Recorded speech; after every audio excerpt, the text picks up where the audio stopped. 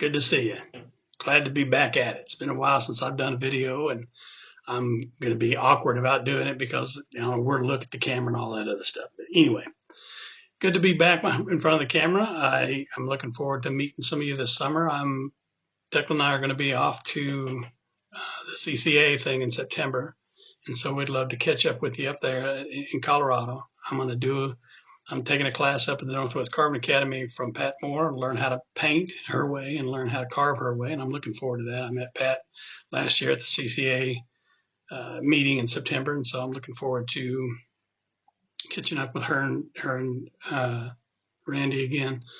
Anyway, I'm also going to do several shows here in town, so if you're in Boise or you're in the Treasure Valley or you're passing by, on June 24th, I'll be doing a show up at Terrace Lakes. It's a resort golf community, golf and summer cabin community up in the Garden Valley area of Boise, of Idaho rather, north of Boise.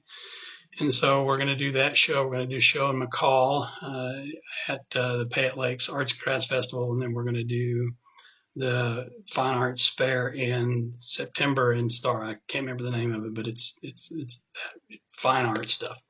We went last year, and they asked us to come this year. We visited last year. We attended, but we didn't put up a booth. And so when I met them, they said, yeah, we'd love to have you. So we're looking forward to being up there. So anyway, I hope I catch up with some of you around the carving table. And if you have a chance to come visit one of our shows, drop me a line, and we'll be glad to chat with you.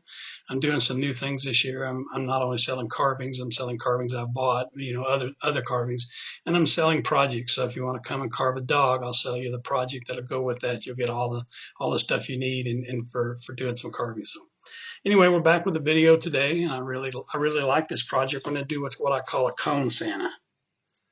So this little guy right here, light's kind of washing him out. But I've done several of these, and they were a big hit at the two shows that I did this year. Anyway, it's just I saw this as a turning. So somebody had done a turn Santa, and I thought, well, I can carve that. I mean, it may not be completely turned around like it would be if somebody turned it on a lathe, but we can carve and we can fake that. We're going to do it just as a black base bottom. And then I'm going to do another one on the video as well. It's going to be, can't hang on to it. It's going to be with boots. So we're going to cut out the boots. So I've got some of the cutouts.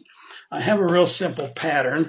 Here's a simple pattern that I use. It is a 2 by 2 by 6, and it could be 2.5. It could be 1.5, 1 3/4. You adjust that as you want. If you know how to take a screenshot, just take a screenshot of that, and you should be able to find that particular pattern in there. I've got them,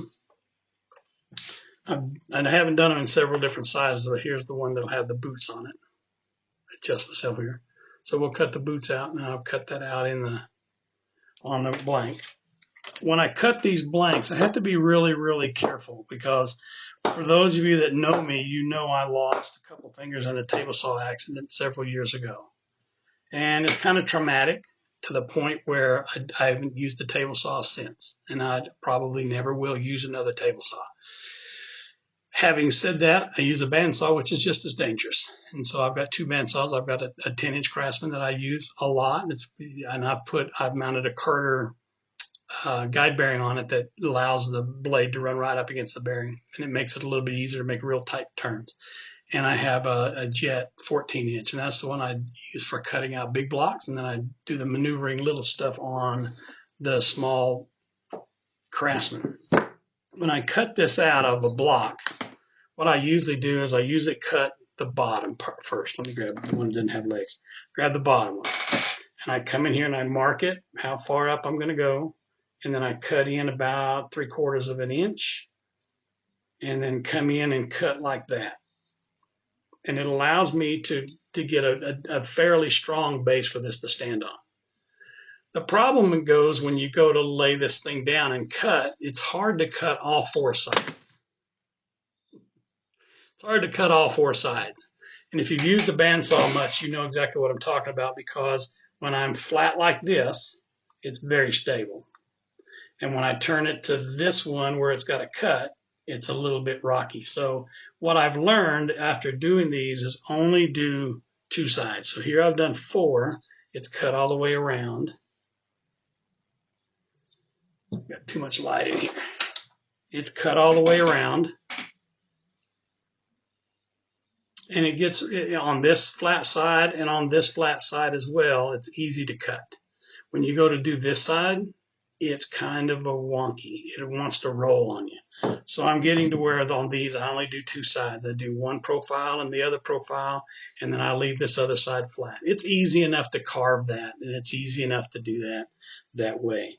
Make yourself a pattern if you want to follow along. If you can't, let me know, and I'll take a scan of this, and I'm going to try to figure out a way to attach it to this video on YouTube or send it as a document. I'm not sure how to do that. Still learning how to do stuff.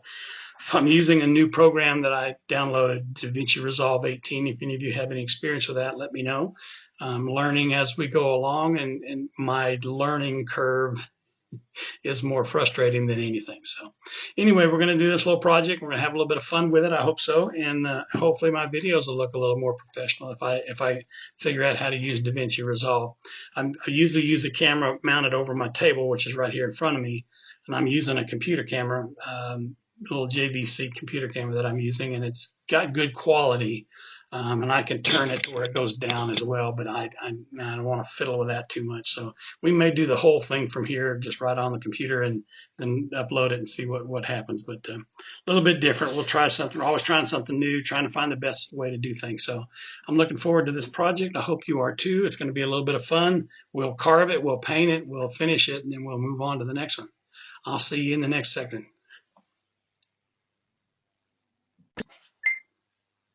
Okay, we are back, and you know what it is? You know what time it is? It's my favorite time. It is carving time. Earlier I had mentioned that I had cut one out on all four sides. I don't recommend you do this. Disclaimer, always read the safety features of your tools that you're using. But this one is hard to do because when I'm doing it on the flat side, let me see if I can get that light right. That might. We'll try that for a little bit. When you're doing it on the flat side, it's very stable. And flat side, very stable. When you do it on the other two sides, it's hard. It wants to wobble. And that is never a good thing when you're doing bandsaw. I know you see, pardon me, I know you see people that use their bandsaw and they're holding it up here on the edge. I don't recommend you do that. I would rather see you do this kind of stuff. So anyway, number one, I always like to draw a center line because what we're going to do is we're going to make this a circle down here. We're going to make this a circle, and we're going to round the body. So we really need to know where the center line is. And so if I start at the top of the head, top of this ball, and I want to intersect right where the feet are, or in this case, it's the base. I don't have feet on this one. I want to do the same thing. I'm just eyeballing straight down as near as I can. And I want to make this point and this point right here kind of match up. Again, please don't be a slave to numbers and don't be a slave to doing it only one way. I love to see people change and do things differently. I'm going to reach over and grab my circle template.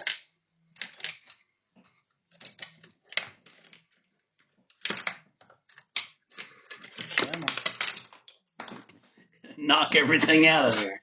Anyway, I'm going to use a circle template because I want to get that circle right there. Where is that circle going to be the biggest circle to fit into that profile? And it looks like it's going to be 1.5 inches because that one's too big. I'm going to use that to draw the circle. And then I'm going to use one of these others to draw the one on the bottom. Okay, I'm going to do that quickly. And this is hard. For me, it's hard to hold this and that and get them all right that way. But yeah, well, we're going to make it work. So if I put that circle right there, that's my 1.5 inches. And I'm going to follow my wife's advice and use a marker instead of a pencil. I know I'm off camera because I need that extra room, but I'm going to put it right there. So there's that circle. and I want to make that circle match up. Again, I don't need to be slave to this. In fact, what I'm going to do, I'm going to split that right there, and I'm going to fake it. I don't like having to worry about juggling all this, but I'm just going to make a circle out of all these things.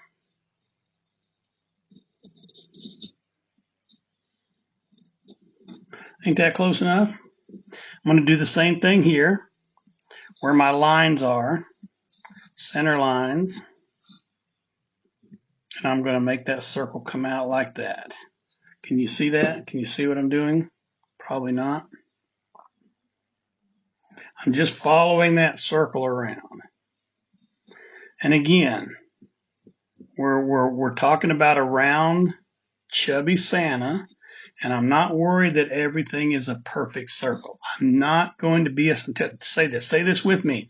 I'm not going to be a slave to numbers. I'm not going to be a slave to having a specific tool. I'm not going to be a slave to measurements. I want to be a slave to creativity. I want to be a slave to me and a slave to what I'm doing. So this is what we're going to do. We're going to round this by taking off these pieces. Then we're going to start to round that. So we've got our center line. We drew that earlier. Writing all over myself here. I'm going to do it with a marker because I agree. I watch videos and you do too. And sometimes you can't see what the person's doing. Again, I mentioned earlier I'm using a new program to do my videos, and it's funny when you go to watch a video on how to do that. So how do I put a title in? How do I do transitions? Things like that. The trainer, the YouTube trainer, or even the one on the website of the company that you're using, goes so fast, and that mouse runs all over the place. And I go, wait, stop, hold on, I don't know where you're at. Anyway, we're going to make this work. I paused for lunch, and so I've got a little bit caught in my throat, so excuse me for a second. There we go. I'm also going to outline where the ball is going to be. So the top of the hat, the tuft, or the whatever you want to call that ball at the top of it, top of the hat. That thing right there. Okay, so I know where this is going to go. Put my template over there. I've made my marks. Let me mark the bottom as well, so I know where the center line of that is.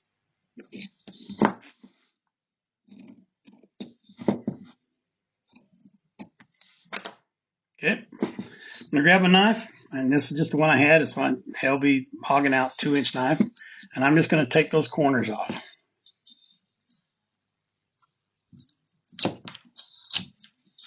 I'm off camera. I apologize. I've never filmed me carving using this setup, so I'm going to have to not be take my own advice and not be a slave to what I'm doing here. But all I'm doing is just taking off those corners.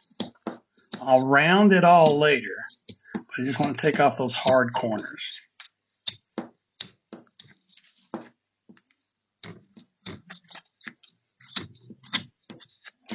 And I realize I keep moving around, so bear with me a moment. I am going to back this camera up a little bit. Make it go up. See if I can't get a better picture as I do that.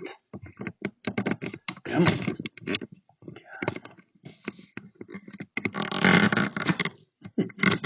Might have to edit that out. There we go. Get that right in there. That'll be closer to what we're looking for. Okay. There we go. I think that's going to work better. Apologize for the adjustment there, but I think for you guys, for you carving folks, not just guys, gals too, it'll be better. I'm also going to come up here and take off these hard edges right on each corner of that. Just come up here and I just want to make sure I'm not taking a lot off for the support, because the main support of this column here has got to be there for this Santa to stand up. Otherwise, you'll put him out for Christmas and it'll fall over every time you look at it, or if you got a cat that wants to walk by and knock everything off the edge of the counter. We're just going to round that a little bit. We'll come back and we'll do a whole lot more later. we're going to do the same thing right here with all these edges. And so I'm going to be aware of where the grain is. So there's some places where it's going to split on me, but I'm just going to take that square corner off and take off enough slivers until I've made it semi-round.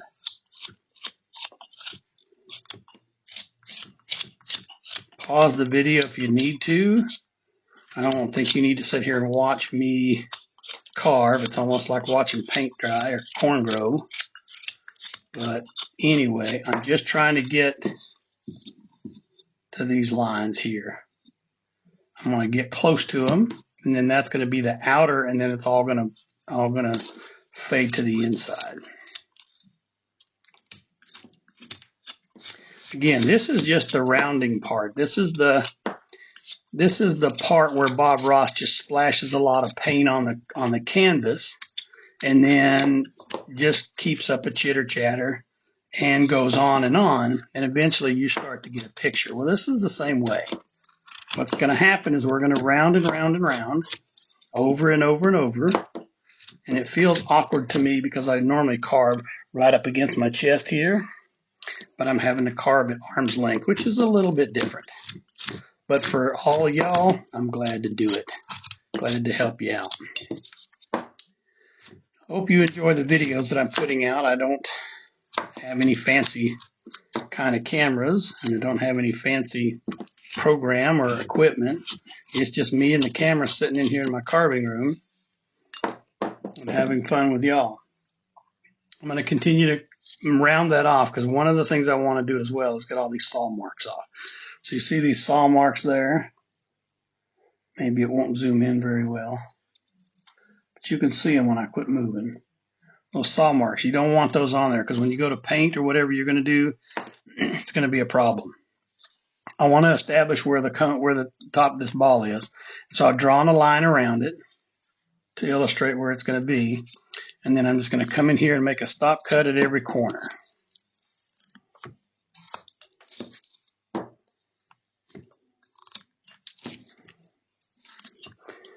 I don't know about you, but I love doing Santas. I do a lot of them, and sometimes I get it to make it look like the Coca-Cola Santa, and sometimes they look like an old world Santa, and that's okay either way. But I love doing Santas. I've always enjoyed Santa Claus. I always enjoyed the idea of Santa Claus.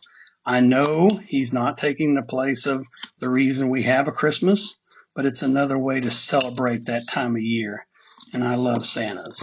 At one time I had envisioned, I could be a Santa and play Santa. And then I realized how much work goes into it and how long those folks work all year round.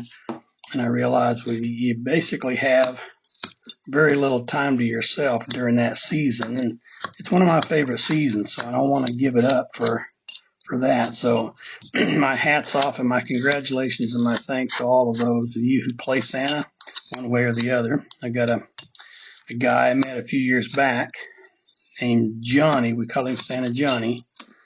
He lives, I don't know, maybe 6 blocks away from here.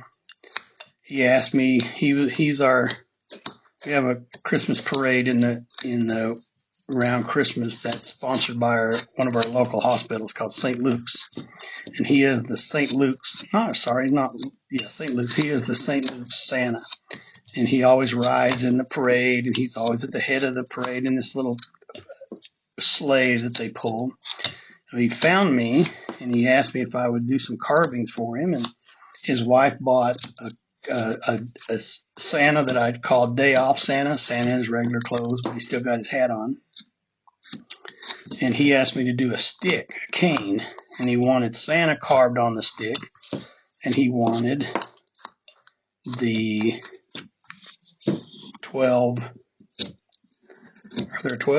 8 reindeer and Rudolph. And so I carved that stick.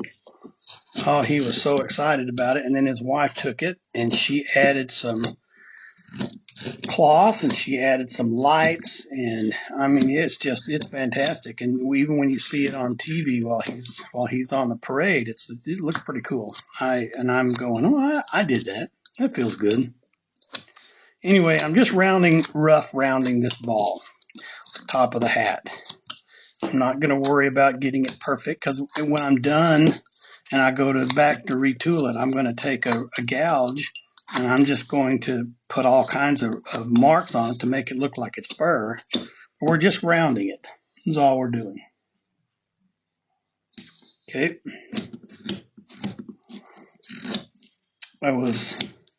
Our show runs in April. Our Idaho Artistry and Wood show runs in April, and I was talking to the videographer that came and interviewed me because I was the president of the show this year.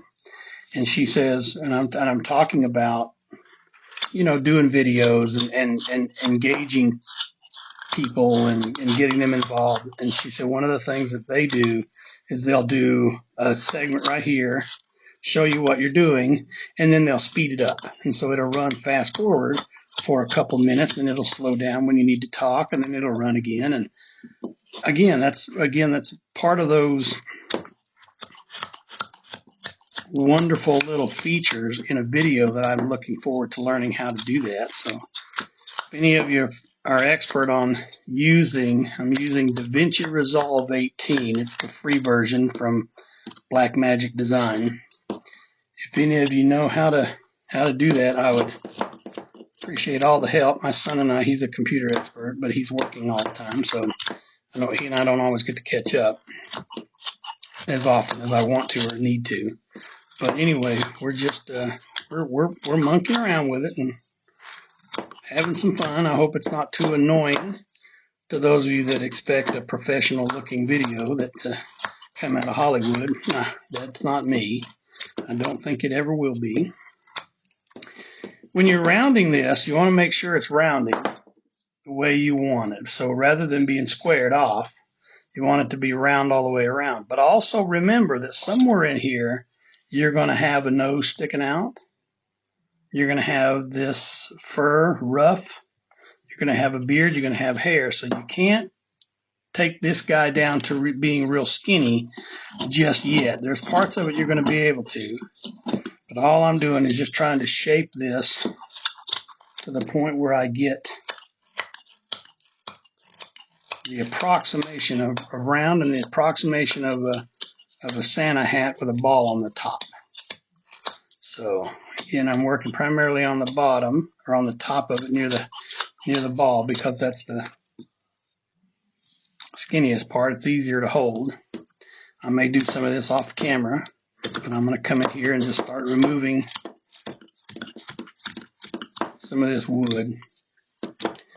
I don't know about you, but I like to say I'm primarily a knife carver because most of what I do is a knife. But I've been trying to be aware of what I'm doing in terms of percentages, trying to put everything into a number. Somebody asked me the other day how much math goes into what I do on carving. And I had to stop and think, and then I had to ask the question, what do they mean by math? Do I have to have the Fibonacci sequence, or do I have to have pi, or the circumference, or all that? The reality was, well, how do you know whether the carving, when you remove all the wood, is going to stand up? Well, I guess for me, it's because I've done a lot of things, and usually I don't want to show me doing something brand new in public, so I don't do it until I've worked out the kinks. But it was a good question from a friend of mine, and I didn't really think about that. Same way when people say, well, what do you carve with? Tell me your 4 favorite tools. Well, I don't know that I have a favorite tool. I'm using this one because that's what I grabbed. And my bag's laying right over here on my right. I could just have easily grabbed a flex cut. I could just as easily grabbed a Denny OCC. I could just as easily grab a Pinewood Forge. It really doesn't matter to me because every one of these tools do the same thing. They remove wood. Now, and I don't have a preference on any of this stuff really to the point where I would say you have to have this or you have to have that. For instance, if I said you had to have a fishtail gouge, well, here's one from Flex Cut. In fact, I just bought 10 of these to go in my beginner packet. I have a box of beginner tools. The box has 10 boxes, and each one of those boxes has 5 tools in it. And so I bought 10 of these from Treeline because I like that one. But I could have easily, just as easily, dragged out my drake. They do the same thing. They're a little bit different size, but they do the same thing. And so a lot of people ask me, well, I see one video you use this and another video you use that. A lot of times I'm going to start working here. And so I just want to get going. I like carving. I love carving. I love teaching. I spent a number of years in the public school system here in the state of Idaho, but it wasn't my only way of teaching. I also did scouting. I did coaching, and I've done carving, and I've taught carving almost from the day I walked into the carving club door. Within about a couple months, they were asking me to teach something. So I love it, and I want to do more of it. But I don't want people to get hung up on what's my favorite tool, and then I say, well, I like this Drake knife over here, and all of a sudden everybody goes buy a lot of Drake knives, or flex cut or whatever they don't necessarily need because they got it in their pocket. They got it in their bucket. I was listening to carvers talk the other day I think it was on one of Blake Lunsford's International Association of Woodcarvers podcast that they do on Saturday. And somebody, I want to say it was Dave Stetson, but it might not have been. It might have been somebody else. Talked about tools. Somebody said, as you get older, you find out that you need fewer tools. Now, immediately the first thing that comes to my mind is, are you carving less and so you need fewer tools? Well, for some people that might be true. Are you streamlining what you're doing and all of a sudden you realize I don't need that bunch of tools? In fact, right in front of me here, I can count about 15 tools that I bet I haven't used many of those in the last several years. And if I haven't used them much. But the question comes down to, are we wood carvers or are we wood carving knife collectors? I don't know. I've got some, and there's a valid reason for why I bought everything that I have. But I don't like to tell somebody you have to have this. I will tell people this will help you. If you want to make that particular cut or you want to make this one, it'll help you to have this particular thing. That doesn't mean you have to run out and buy that. I've unfortunately been at classes where the instructor will say you have to have this, and then you see somebody else around the table from you that's doing the exact same thing with a completely different tool. And so I don't want to, and I'm not being sponsored by anybody, so I have the freedom of saying, you can use whatever tool you want.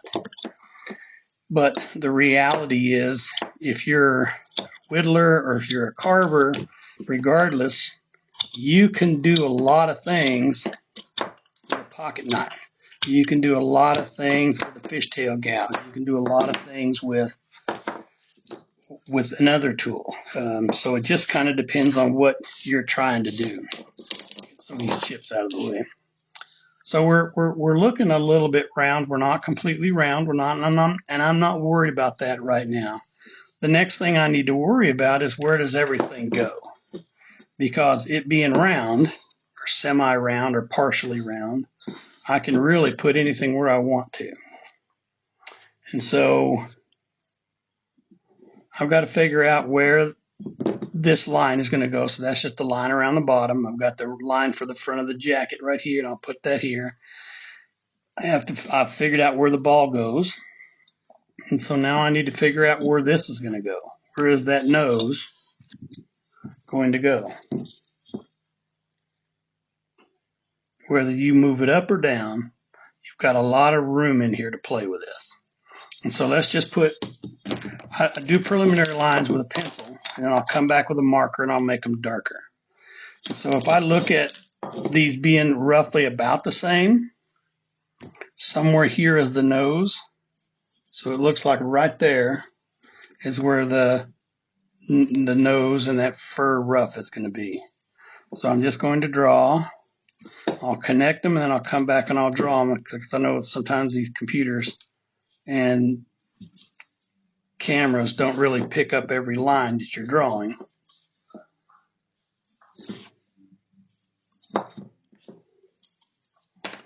So grab my Sharpie, and I want to figure out where this line is right here, there's a black line right there. I want to put the nose right there. So I'm going to draw a big circle. It's probably bigger than the nose is going to be. It may not be. And actually, you know what? I wouldn't put it down there. See, I make a mistake too. Let's take that off. We don't want it there. You know why I didn't want it there? Because the hat was coming down that way, and we wanted this to be at the apex. So at the top point of where the bottom of that hat is, which is, I'll bet it's somewhere right there, we're going to draw that circle. Because when I look at the rest of it, everything falls away that way, everything falls away that way. So I'm going to come back here and redraw my lines.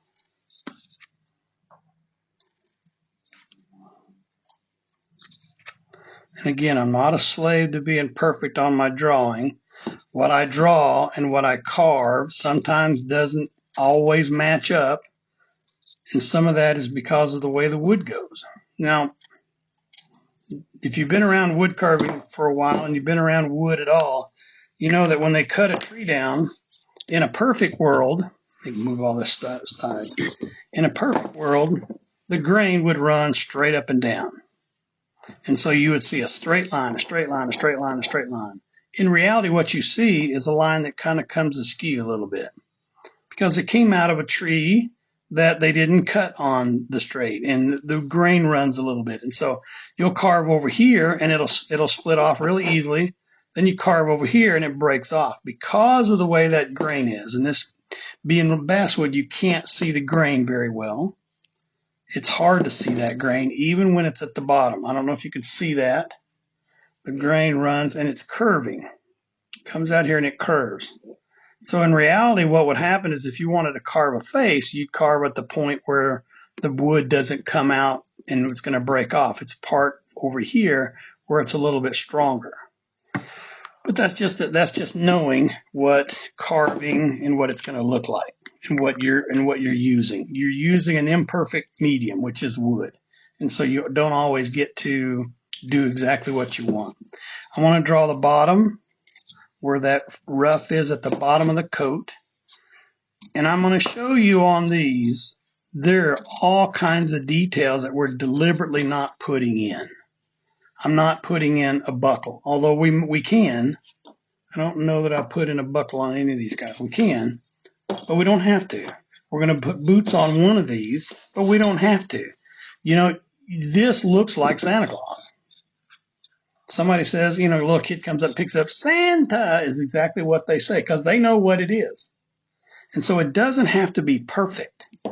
Artists don't paint every branch and every leaf on the tree that they're carving or painting.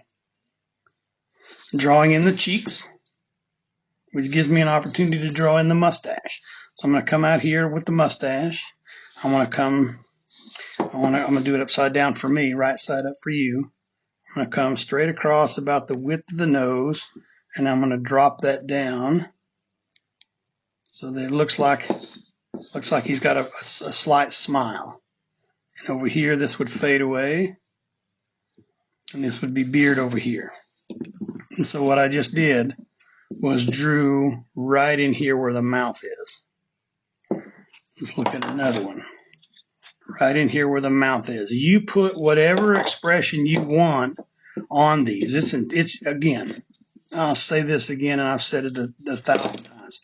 It is your carving. Unless you're making that for somebody, and there's nothing wrong with taking commissions, and there's nothing wrong at all. All of us do that.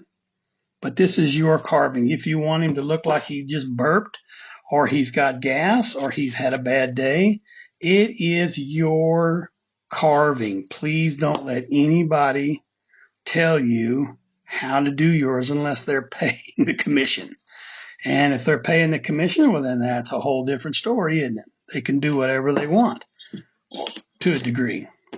Anyway, there's his mustache coming out here, smiling out here.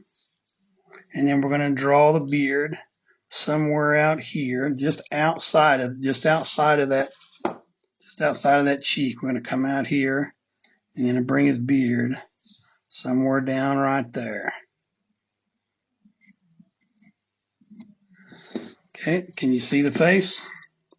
There it is. Okay, now, do you want hair? Put him some hair out there. I'm drawing it in quickly so you see what I'm doing. Santa has a little bit of hair.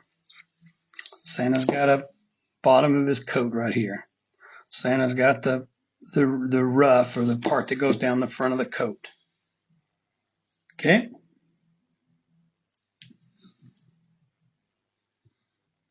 All right. From here, I could do this with a knife. I find it easier to do it with a V-tool. And so I'm going to reach in here and grab a V-tool. Hopefully it's one I've sharpened in a while. And I'm just going to follow that line all the way around the bottom of the coat. So I'm just going to go around. I just want to outline and separate the two. That one needs sharpening. I need to sharpen that one. This one, I laid this on the side the other day to sharpen. I don't know if I did or not. And maybe I did. I'm just using, I haven't told you what tools I'm using. This is a flex cut. It looks like about a 45-degree angle. It might be a 60. And it looks like it's about a 1/4 inch across. I may be wrong, but again, whatever V-tool you have, I can make it with a tiny one. I can make it with a great big one. Don't be a slave to numbers, and don't be a slave to a tool. It's okay to ask what tool somebody's using, but to look at that and say, I can't do that because I don't have that tool, I'm going to call foul on that one, because that's not true. You are the artist. Yours may not look exactly like that professional or that trainer or that person who is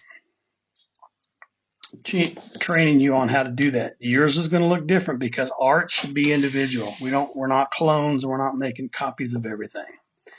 All right, I cut around that bottom, but I'm also going to do around the bottom as well, because what I want to do is separate this from the bottom black. And so I'm going to come in here where this line is. Eventually, I'm going to trim all this off, but I'm going to come in here where this line is and leave that white. So before I do that, I just want to round this edge. So I'm just going to take a knife, lay in here, and I just want to round that edge so it doesn't have a sharp fold on it, because this is fur, fake fur, synth fur, whatever. And so I'm just going to round that edge off, just so I can then come in and undercut it and leave a defining line around the bottom underneath the body as well. So again, all I did was rounded that edge all the way around. Now eventually you're going to want to get rid of cut marks like that, because it's hard to see on the bandsaw when you're cutting how far you went in each time. But anyway, I'm going to come back in and I want to use a line with my marker. I'm just going to use a line, and that's the line that I'm going to use to cut. And I want to make sure that that's where I'm cutting underneath the bottom of the coat.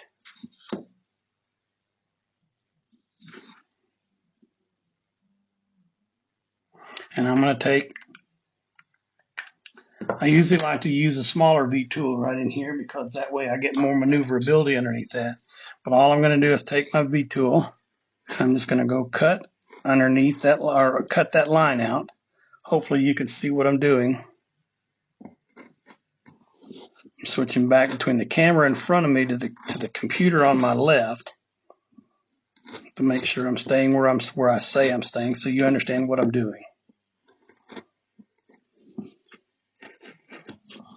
But again, if yours doesn't look like mine, there's not a thing wrong with that. We just did a class for our club. Our club meets in 2 different spots. We meet at the Woodcraft store on Thursdays, and we meet at the Meridian Senior Center on Tuesdays from 12:30 to 3:30. We were doing a cowboy class, and every single cowboy that everybody did looked different than anybody else's. Anyway, we've cut around that line, and I would come back in here with my knife, and I just want to score that line. I want to score in that groove that I cut. All I'm doing is trying to make a separation between the black part of the body and the coat, or black part of the bottom and the coat. Okay. Then I'm going to come in here with a tool, and I could use a number of tools, but I like this one for getting into hard spots. This is a file, Swiss-made tool. I love it because it just tucks right into my fingers just like that, anchors right in there. But it says it's a number 7. I would suspect it's a number 3 more likely, but it doesn't have much of a sweep to it. I don't know that I can get the camera in there to see that, and then get closer, it looks worse. But it doesn't have much of a sweep to it. And all I'm going to do is come in and cut to that line. So I just want to trim the bottom using this tool. I want to keep the outer corner right up against that cut line that I did. Sorry, off camera. Right up against that, so that I'm removing the wood where I want to remove the wood, which will separate this. And actually, I'm finding out this isn't a good tool for that. Let's go to a smaller gouge. I'm going to go to it's a flex cut gouge, number 9, number 11 maybe. It's about a 1/4 inch, I want to say, maybe more. There we go. Now we can get in there, kind of trim that up. All I'm doing is going around the bottom of that and cutting out the wood where I sliced in that groove, so that when I'm done, I have a clear separation between the body and the coat. The bottom part of the body and the coat.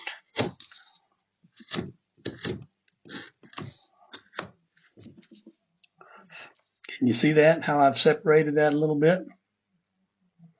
If you don't like it and you want to clean it up, come back in here with your V-tool. Recut that one again.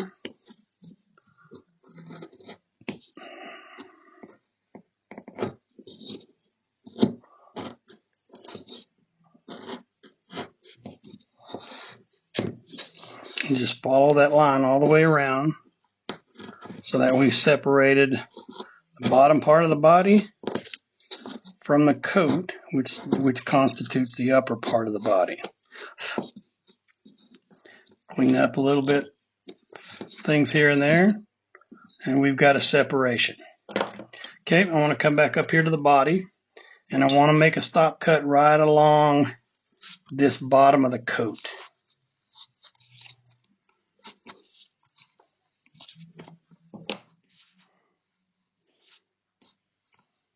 And what I want to do is that gives me further separation between the bottom of that and the body.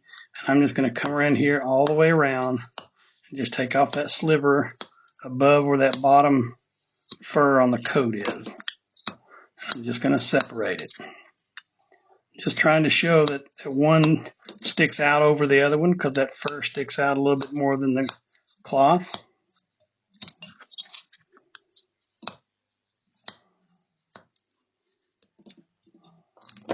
You notice that I'm using what we call a slicing cut. Slicing cut, I don't just go straight in and straight down. I cut in and I slice along the edge of that blade. Because I'm pushing forward and down at the same time, I have a little bit more control than if I was just doing this. If I was pushing straight in and all of a sudden the wood slipped, I'd cut all the way through that. And now I've got to reshape that. So a lot of times I use what's called a slicing cut. There's tools that will do that, and Sloyd knives and up sweeps and whatever the names are. But you can do it with just about any tool. And that's what I like to do with when I'm cutting here, where that edge is crucial and I don't want to crash through it. I slice it. And it gives me a little bit more control, gives me a cleaner cut, and it nearly eliminates the chance to cut through that. Okay? So we've cut all the way around here. And again, I'm not a slave to my line. My line goes down here. Doesn't matter. Does not matter. Next thing I'm going to do is I'm going to come up here and I'm going to do the hat. What I really like to do is this nose. Doesn't really stick out that much, but I'm going to do that hat after I do the nose. So I'm going to come in here with a small beak tool. Here's my Ramelson. This is a 45 and about a 3/16 maybe. Outline that nose on both sides. Just outline that nose because it's not going to be sticking out quite a bit like the old Santa Claus nose from Coca-Cola or Thomas Nash or whoever that artist was. I can't remember it when I need to. But all I'm doing is just separating that nose. I'm going to come in here with, I'm going to get a shorter knife. I have more control. I went with a shorter knife because I have a little bit more control. Put my knife right in that groove around the nose. And it's going to allow us to separate and stick the nose out a little bit more. But I'm just using a stop cut right in that groove.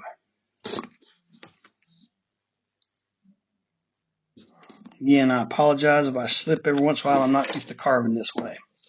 I'm going to then take the edge of my knife, the tip of the knife, and I'll just come up here and relieve that cut that I made all the way around.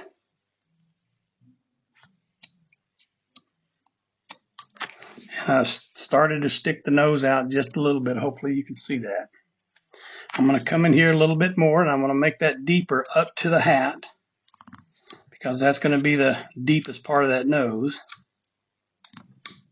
And I'm just going to come up here and take off this triangle. Here's a triangle right here. 1, 2, 3. So we make this cut right here.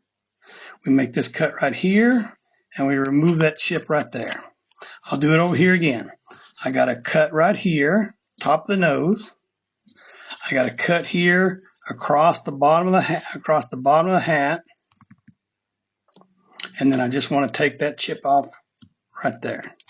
And it starts to make deep indentations on both sides of the nose. I'm going to continue doing that, but I want to go back and I want to start taking off the hat.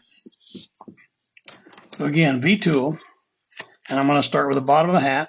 And I find it easier, the grain runs this way, I find it easier if I cut up than cut down. And so I'm going to cut up as much as I can, and I'm just cutting that groove in.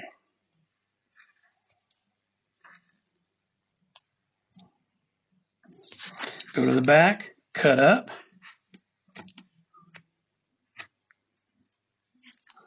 Flip it over, I'm cutting up to the other side.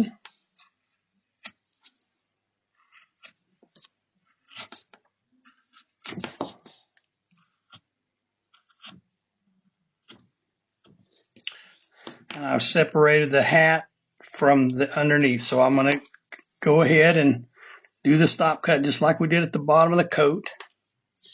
I'm going to do that stop cut all the way around that groove that I just made.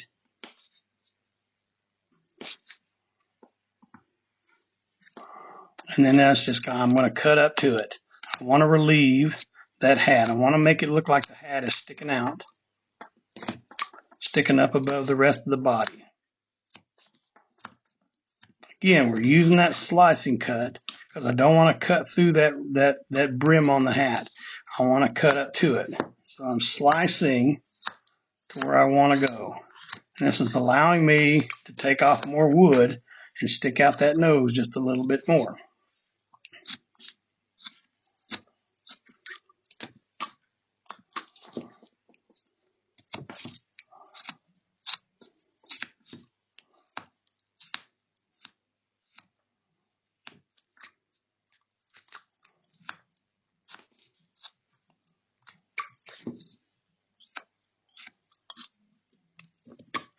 Okay.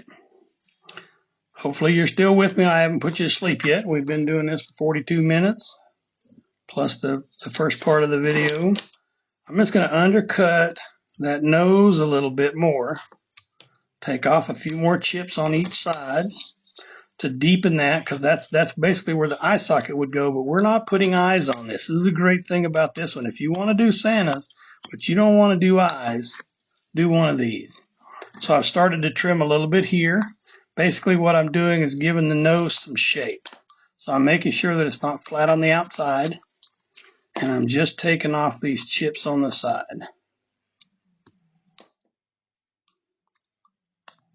I've been wanting to do a lot of videos lately, and like I said, we've been running into one thing or another that's keeping me from it. I got a little aggravated at myself because there's 3 or 4 videos I wanted to do. I had been doing a lot of fantasy doors. And I've done a lot of them for several years because I teach it as a class. And I make mine look a lot like dungeon doors kind of things. And then I saw, about the time I was going to do a video, I saw that Doug Linker came out with one, and I just said, you know what? I like mine, but I don't want to rain on somebody else's parade. So I'm still planning on doing one of those videos with fantasy doors. In fact, give me just a minute and I'll grab one and I'll show you.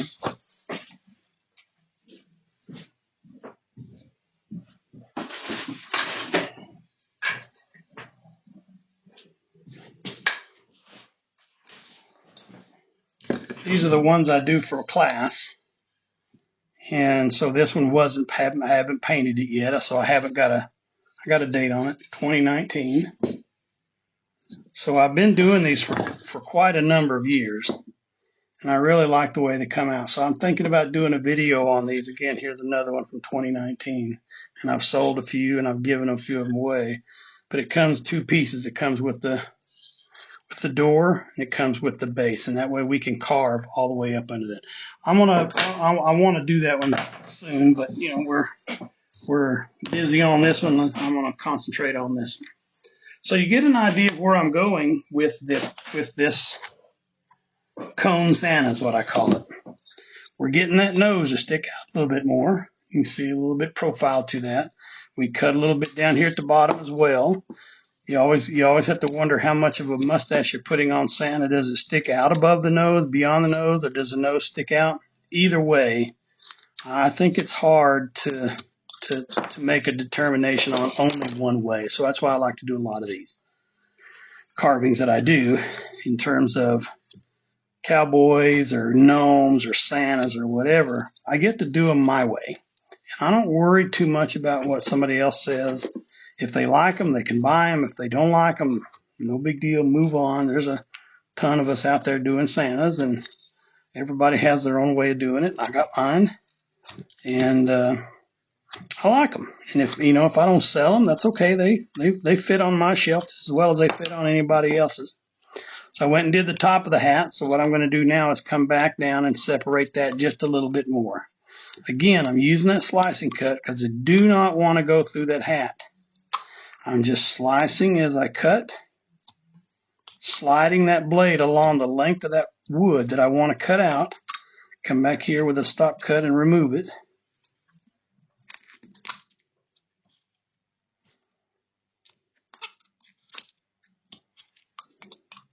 When you get over here, because of the way the grain runs, it wants to split off on me, so I'll come back up under it and cut it that way. And then get back over here to the side, and it's a little bit easier to get that slicing cut without slicing through the head. Take off those lines where the wood splits. I think he's starting to look like a Santa. He's getting there. He's headed that way. All right, I'm going to take a small V tool, and I want to outline the cheeks. So I drew those in, carved part of them off, so let's give them back. And you always wonder whether you want the cheeks to stick out beyond the beard or whether the beard sticks out farther than the cheeks. That's always a personal preference. That's always which way you want to go. All I'm doing is just separating them right now and bringing up here to the cheeks. So bring those over and round them in to the face. So you come over and you round them into the face. So I would come over like this. Can you see it? You can't see it very well. I'll do it upside down just for y'all. Sacrifices have to be made. And so you can see that I've outlined those cheeks.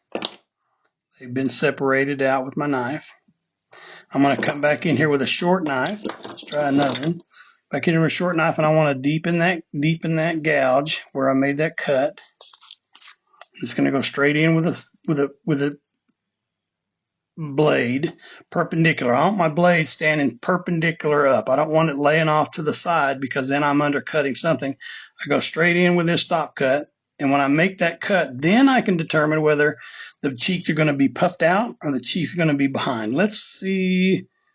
Let's do these where the cheeks are going to stick out above the mustache and the beard. So I'm going to come in here and undercut the mustache and beard. So what I'm doing is I'm removing the hair lower than the cheek. So that takes a few cuts to remove that. Takes a few more in the front here.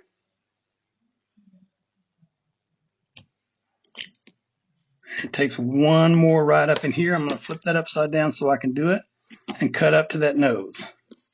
So what you can see now is that the cheekbone sticks out above the beard and the mustache. And so you can go deeper, deeper, deeper, rounder, fatter, whatever you want. We'll take some of those harsh lines off. But we're going to do the same. Get that chip out there. We're going to do the same thing over here on this other side. Okay. I'm going to put my knife right in there, straight up, perpendicular.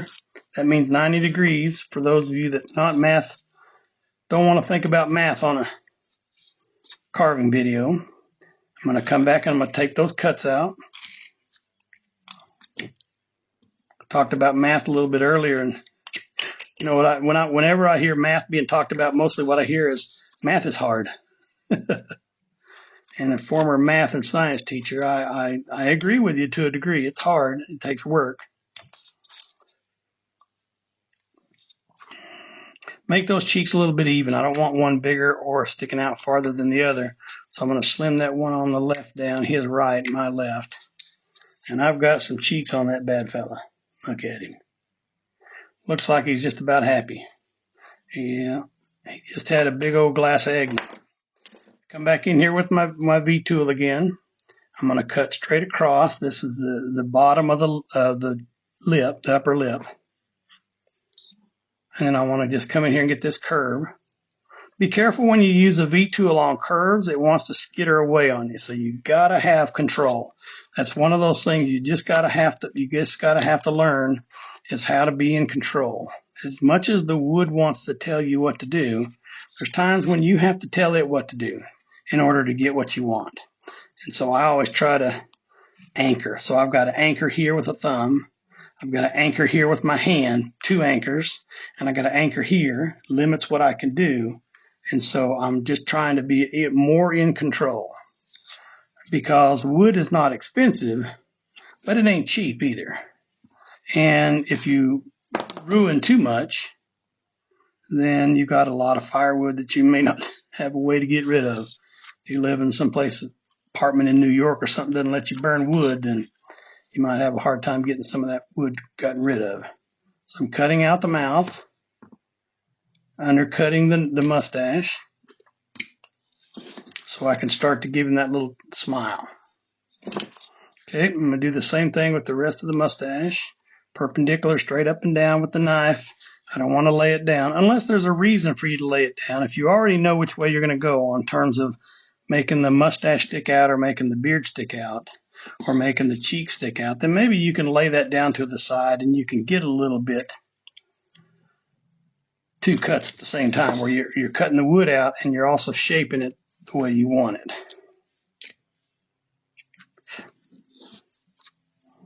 Jolly looking little Santa there. I'm beginning to like this guy. Beginning to like the way he's coming out. I'm going to go back to that small V tool. It doesn't matter, I could use a big one, but I'm going to outline the bottom of the beard. You make this beard as wide and fluffy and round and whatever you want to make it, as much as you want to make it, because it is your carving. Say it with me. It is my carving. It's my carving. Don't let anybody tell you what you should be doing, unless you ask for it.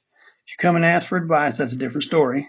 But people that are just looking at your carving saying, I don't like that, or I'd do it differently. Well, it's true. You might do it. I may not do it your way. No big deal.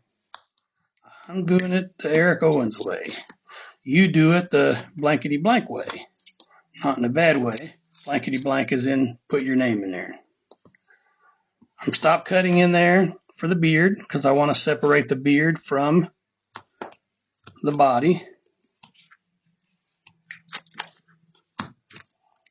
Because you want to give your beard and hair and all of that, you want to give it some kind of contours, some kind of shape, some kind of facets and characteristics. In other words, just a flat old face, you don't really want that. Do the same thing over here. And I'm going to separate that beard.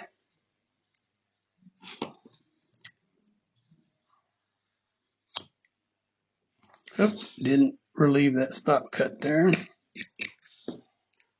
Holy smokes, we've been carving for an hour. Have you had fun yet? Because I sure have. All right, I'm going to do the V-tool down here for the front of the coat. I'm just going to go in there, separate it, use the tip of that knife to undercut that. Come on. Come on. There we go. Other side as well.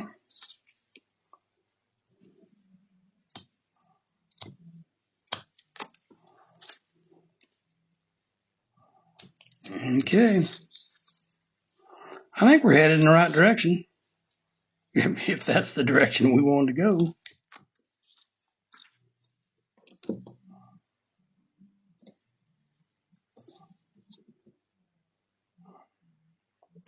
All right. We have the ball. Let's work on that ball because that's an awful big ball. I'm just going to go around, trim it down, use whatever wood removing tool you've got or you prefer. If you prefer a knife, use a knife. If you prefer a fishtail gouge, you do that. But all I'm doing is bringing this ball down to where it's a manageable size and doesn't make him feel like he's going to tip over. Am I staying in the screen? Yeah, it's good. I'm carving up, and then I'm going to carve down, take off some of those hard edges as well, remove a little bit of the wood.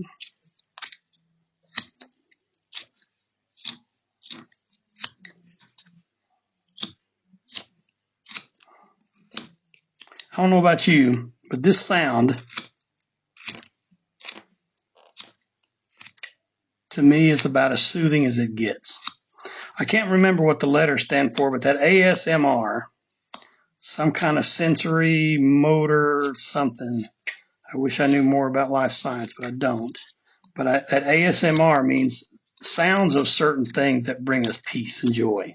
You can imagine, I grew up in the South, the sound of rain on a tin roof. Those of you who have been there, you know what I'm talking about.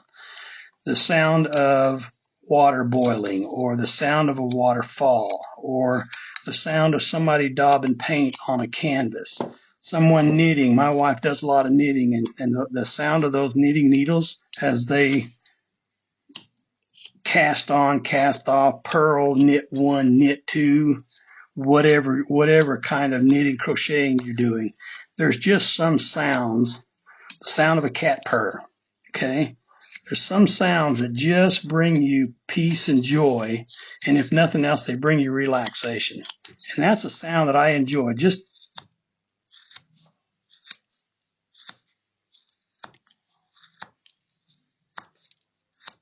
one of these days, I'm going to do a video where I learn how to write over what I need to be saying, and all you hear is, maybe that'll satisfy the critics who say I talk too much on my videos. But anyway, I think that would be a good one to listen to. Just turn that thing on, listen to it. Anyway, we got that ball down where we need to go. I'm going to come back in here and trim this up. I want this looking more round. Now that I know what the body looks like and what everything looks like, I'm going to start rounding the bottom base because it's got marks on it, and I'm getting close to being done with this thing. It's funny, I don't time myself when I carve, and a lot of people ask how long it takes. And I hesitate to answer because if I told them, well, it only took me an hour, they're going like, well, why'd you charge $20 or whatever you charge? And so the real reason, and it has nothing to do with the price, the real reason is I don't know. I don't sit down and, you see those chess players who have a little clock next to them, and every time they make a move, they hit that clock. So they know exactly how long it's been between each move. I don't have that. I don't have that in my head, and I don't know that I want that. I retired from a very, very stressful job that was tied to the minute. At every minute you had to do something. So 7:30 in the morning, you had to be standing at your door greeting kids. 11:10, you had to get out of the room and go to lunch. All those things that were very, very tightly controlled. And now that I've got knives in my hand, and I've got wood in my hand, and I've got an idea of where I'm going, I don't necessarily know that I want to worry about the time. It takes what it takes. And the cost is what it costs. And so it doesn't matter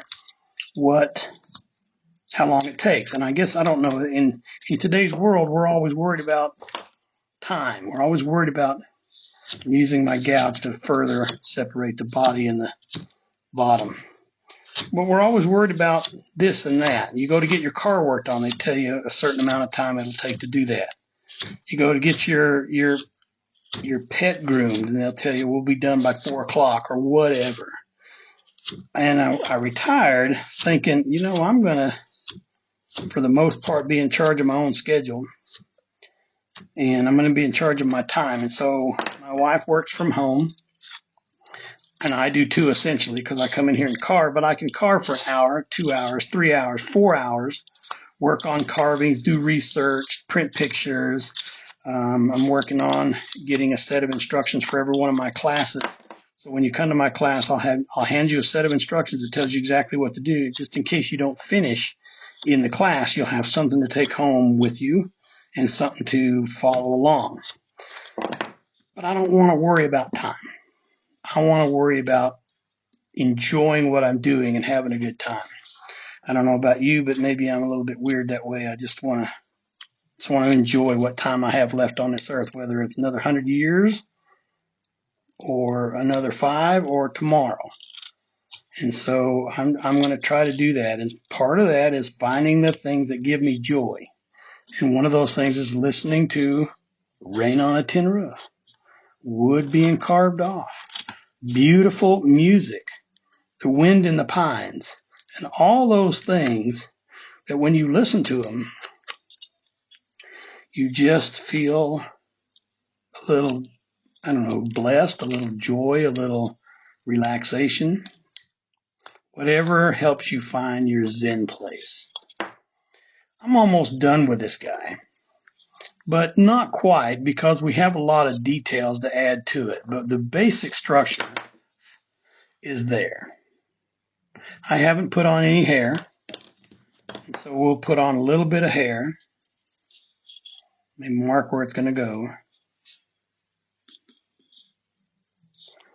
And so I'm going to initially take a V-tool and just make a line. And I don't want to be too technical with this line. This is going to outline where the hair is. And then I'm going to come back in here with another V-tool after I take the knife and separate it a little bit more. So again, stop cut in that hole, in that groove that we cut. And again, slice cut up to it.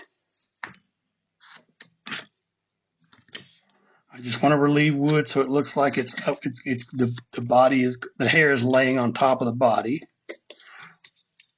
If you want it to go under this really could be the collar of the Santa suit. At which point we could do it one way or the other, but we're going to keep this one simple. And then I'm going to come back here and just use a V-tool to pick that line apart. And I'm going to go down, and all I want to do is make it look like it's an irregular hairline down there. I'm just coming out and picking out little pieces of hair where the hair is irregular. Santa just didn't come from the beauty shop. He's been riding all night, wind in his hair, and I know you probably can't see this, but I'll show you that here in just a minute. Maybe you can see what I'm doing. But all I'm doing is giving his hair some texture. I don't have big hands, but sometimes they just get in the way all the time. And then I'm going to come back in here with a bigger V tool, and I'm going to cut up to put that hair under his hat. Show you that in just a second. In fact, I'll show you what it looks like here in just a second. So see here where I've started to outline his hair? You see it deeper, got more of a texture to it. I'm going to go do that all the way down through here. Now the next thing we're going to work on, and we're well over an hour, but I don't know about you, I'm having a good time. The next thing we're going to work on is the tooling on the fur, and then we'll work on the beard. Okay, tooling on the fur can take a dozen different ways. I know a lot of people just use a small gouge, and I'll reach in here and grab one. A small gouge, just as a drake. It's, and I want to say it's about a number 7, maybe a number 9, and it looks like it's about 5/16 maybe across. I don't know. But all I'm going to do is go in and pick out. I'm just going in just barely under the wood, and I'm giving it that texture right there. I know you can't see it out of this camera. Maybe I'll switch to the other camera next video. I have 2 web cameras, and this one is a JVC, and it is perfect for distance. So across the room, it picks up really good pictures. And then the other one I have is a Logitech, and it is great for close-up. And so I wish I had one that was great for both of them, but short of using and get out my big Canon, I just wanted to do it today and didn't want to spend a whole lot of time setting up. Most of my videos have been taken with my Canon SX10IS, and it's a regular point and shoot camera, but it also does video, and it also reaches out. It'll reach out quite a ways. The lens will. I'm having problems with one of the doors. It doesn't want to close right, and so if it's not closed right, the battery doesn't fully engage, and I need to take it in, and I've already had to take it in once. We had a local camera shop that used to do that stuff, and they've gone out of business, and I don't know where to take it now.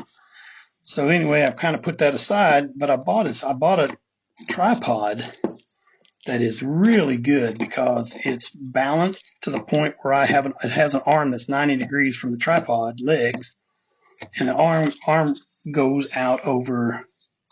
I can put the camera on it, and then the arm, I can rotate it right over my workspace, so it's right above me. And these web cameras don't have any zoom on them, and so I can't bring it in. It is what it is. It's a static distance. See the tooling on that hat? We would do the same thing here. We would do the same thing here. And we would do the same thing here.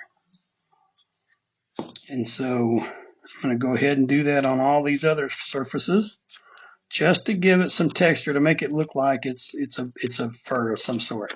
Now some people do it where they do the V tool in a pattern, and I've not had as much success with that as I've had with doing it this way. This way I think it looks better. And since we've gone over an hour, I think I'll paint in the next video, but we'll finish this one. I want to finish carving this one, and then we'll come in and we'll paint on the next one. We'll see how that goes. Good Lord willing, the creek don't rise, as they say. You know, I could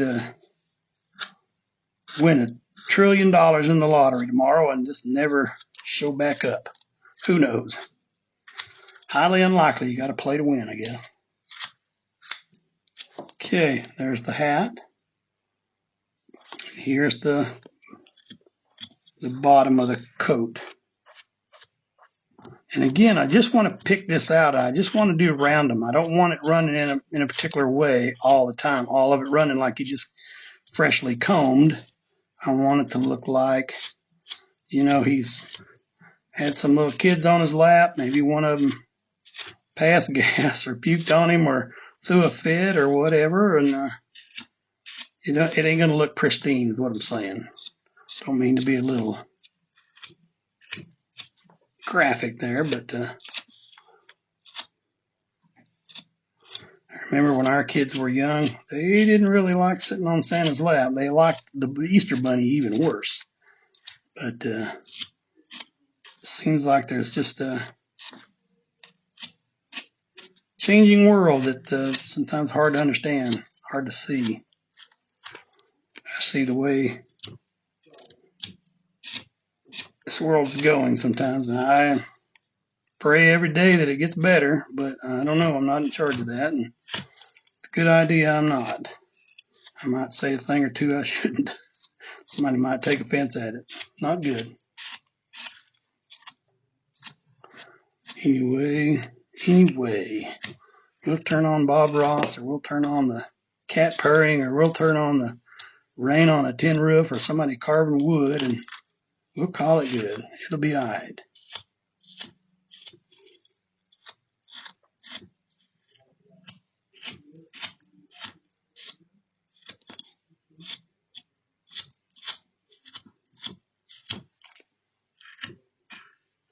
The one thing you want to remember is keep your carving moving, because you don't want to carve everything in one spot. You want to keep it moving and make it look random, not the same all over. So I could stop right there, but in reality, I've got this bottom layer too. So I didn't carve all the way around to the edge, but I want to come in here and get some of these flat edges off. So I'm doing the same thing that I did above, except now I'm underneath the body.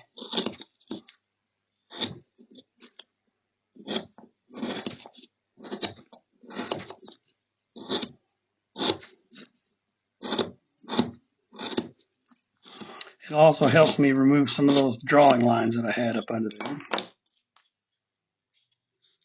Okay, the only thing we've got left to do on this fella besides paint and such is the beard. And I don't know about you, but I like a couple of layers. I'm going to come in here with a small gouge, and I'm just going to randomly go up here, kind of in the direction the beard would flow. And make it on the sides go out and on the middle go in. So I'll turn it back over. We'll come back in here and we'll do a few more things. Again, I'm not a slave to whatever is convention says it has to be, because you're carving. You get to do it the way you want. I'm doing it to show you how I would do it.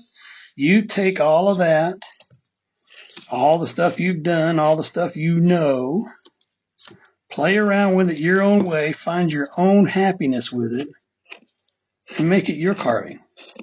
And don't let anybody tell you it's not good. It's good. It may not be as good as somebody else's. It may not be good as you're going to be next week. It may not be as good as you were last week. Move backwards or whatever.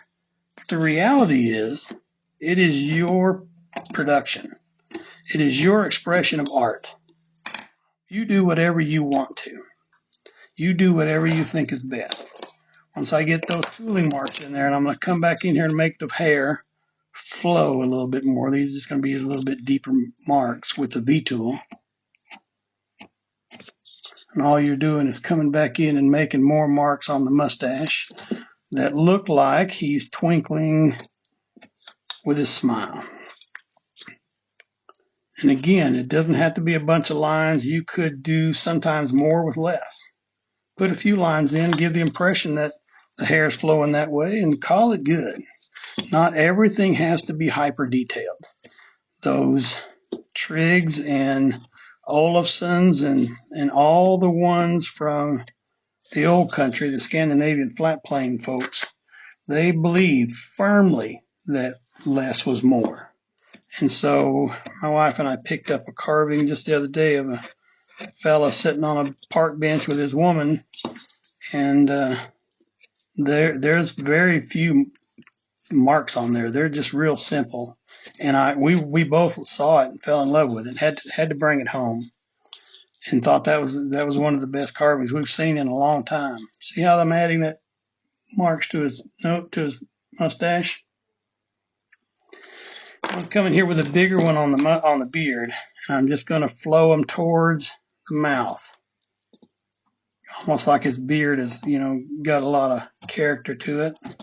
So I'm just making them, instead of going straight up and down, I'm making these go out, and I'll make these do the same thing on this side of the mouth.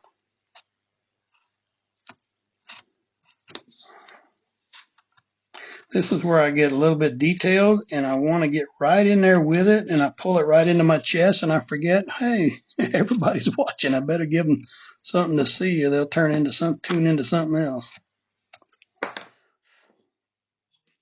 For the most part, short of a few minor details here and there, I think this little cone Santa, we're going to call him done. In the next video, because I need something to drink in between this video and the next one, we're going to paint it. And I'll show you how I finish it, what I use, how I do all of that. It's been fun having you along with me because I enjoy carving, and I enjoy carving almost as much as I enjoy teaching carving. I've been a teacher for a long time. I don't think that'll ever stop, but I'm having a good time doing it. So we'll shape a little bit more of that nose. What I want to do is bring in that nose some more, and bring in a little bit of a contour on the side of the face that shows that the nose flares out toward the bottom of the nose. What I mean by flaring out is it comes down and flares out with nostrils or nares.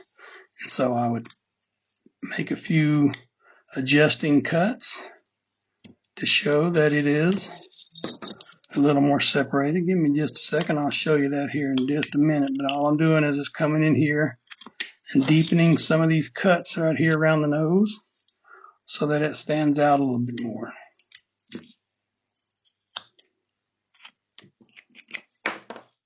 And there we are. Let's see if that light's any better. Is that light any better?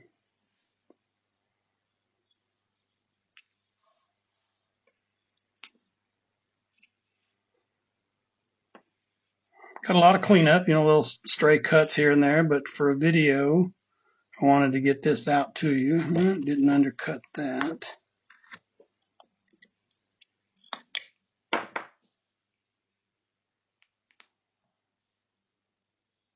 All right. It's been fun carving with you. Hope you have a great day.